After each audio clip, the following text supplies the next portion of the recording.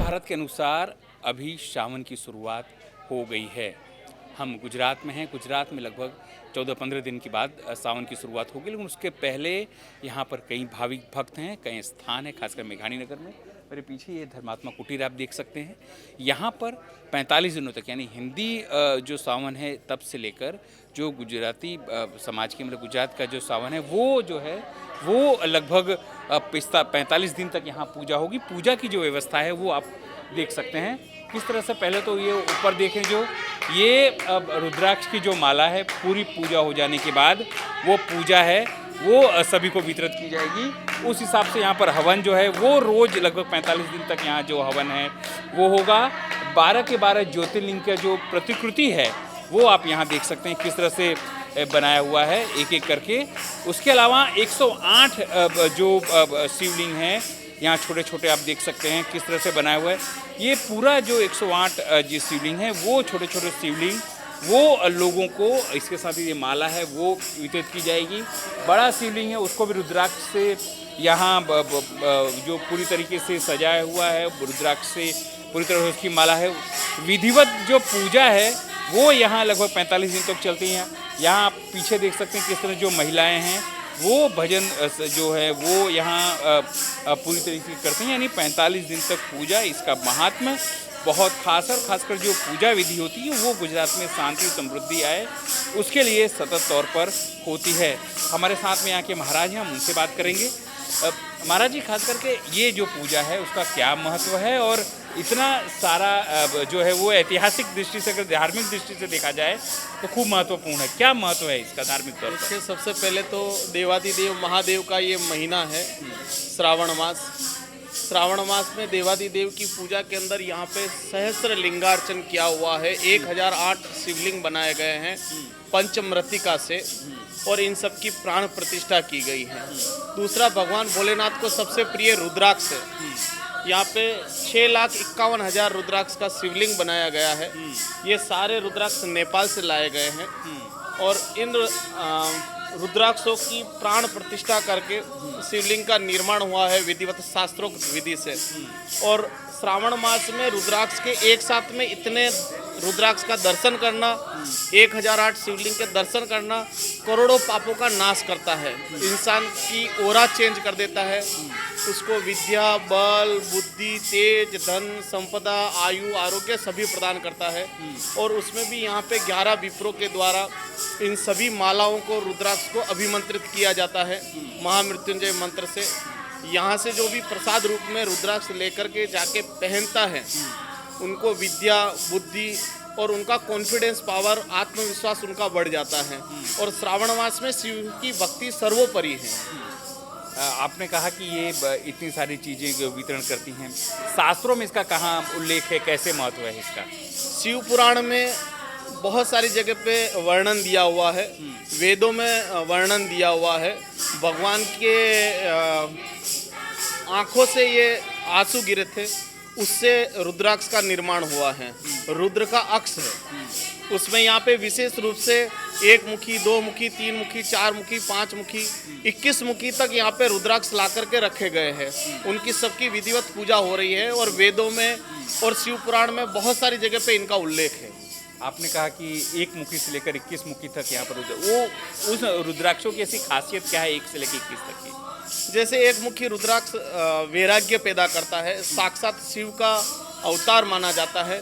दो मुखी रुद्राक्ष भगवान ब्रह्मा का माना जाता है। तीन मुखी जैसे विष्णु का माना जाता है। हर एक मुखी का अलग अलग अपना अपना महत्व है और उनमें एक अलग तरह की अपनी अपनी ऊर्जा रहती है। हर एक रुद्राक्ष में एक मुखी से लेकर के 21 मुखी तक जितने भी रुद्राक्ष है सब में ऊर्जा रहती है। और यहाँ पे जो भी रुद्राक्ष लाए हैं अभिमंत्रित हो जाने के बाद में सबके अंदर बहुत ज़्यादा ऊर्जा रहती है। यहाँ पे अगर आप पैरामीटर से चेक करोगे तो एक एक रुद्राक्ष की 600 मीटर तक की उनकी ओरा रहती है।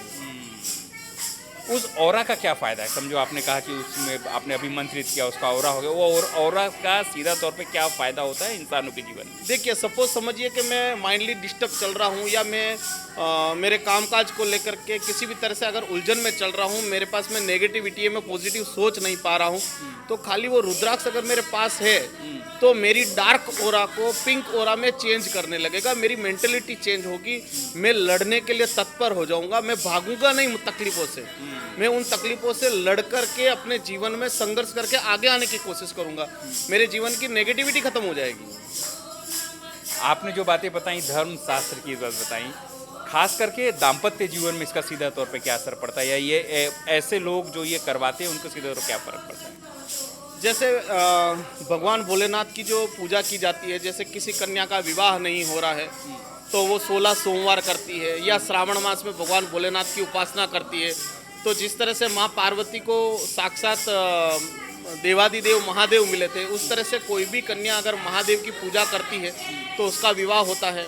जैसे लड़का है, उसको अगर वैवाहिक जीवन में तकलीफ आ रही है या पति पत्नी के आपस में तनाव हो रहा है तो दोनों रुद्राक्ष अगर धारण करते हैं तो उनकी मेंटलिटी चेंज होने लगेगी, आपस में तनाव खत्म होने लगेगा और वो आनंद से रहने लगेंगे।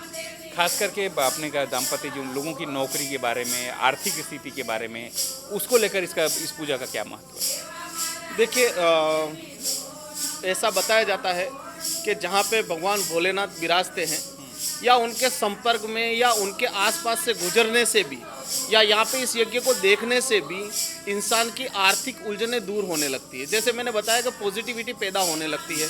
जब इंसान पॉजिटिव सोचने लगेगा तो उन्नति की तरफ बढ़ने लगेगा, तो उनके व्यापार में, व्यवसाय में, सभी में चेंजेज आने लगेगा। और इस जगह के तो हजारों उदाहरण हैं कि यहाँ पे जो भी आया है, लगभग यहाँ पे 18 साल हो गए हैं यहाँ पे पूजा चलते हुए, तो जितने भी लोग आए हैं उनमें फिजिकली, फाइनेंशियली और माइंडली बहुत सारे चेंजेज आए हैं। आपने कहा कि नेपाल से खास करके यहाँ के रुद्राक्ष लाए हैं, नेपाल से ही क्यों क्या खासियत है वहाँ पर रुद्राक्ष की? देखिए, हर एक जगह के रुद्राक्ष का अलग अलग महत्व है।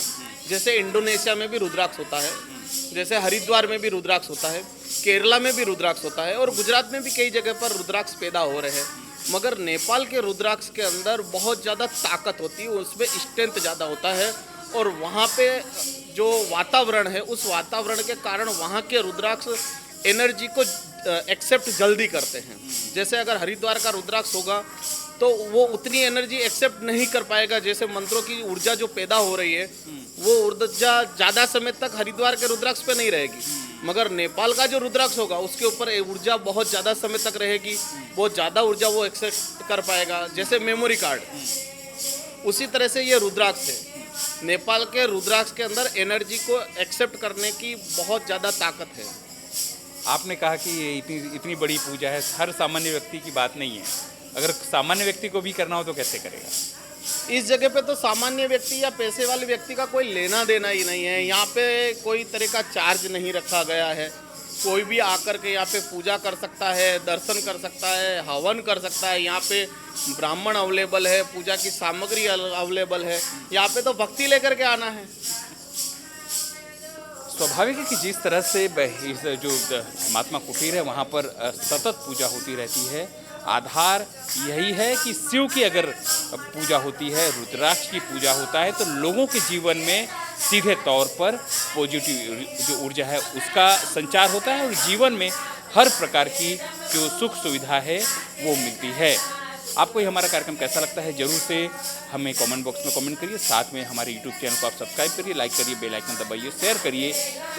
उसके सिवाय भी साथ में आप हमारे फेसबुक चैनल पर जाकर इसे लाइक कर सकते हैं और इसे शेयर कर सकते हैं। कैमरा पर्सन मुकेश परीख के साथ Anil Patel, panchayat TV, Ahmedabad.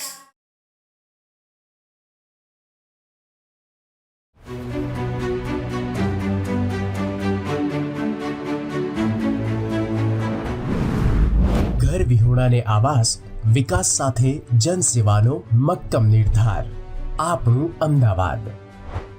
Ahmedabad municipal corporation દ્વારા વિકાસને અવરોધતી ઝૂંપડપટ્ટી દૂર થાય, અમદાવાદની પ્રગતિ વધુ તેજ થાય તે હેતુને ધ્યાને રાખી અભૂતપૂર્વ નિર્ણય લેવામાં આવ્યો.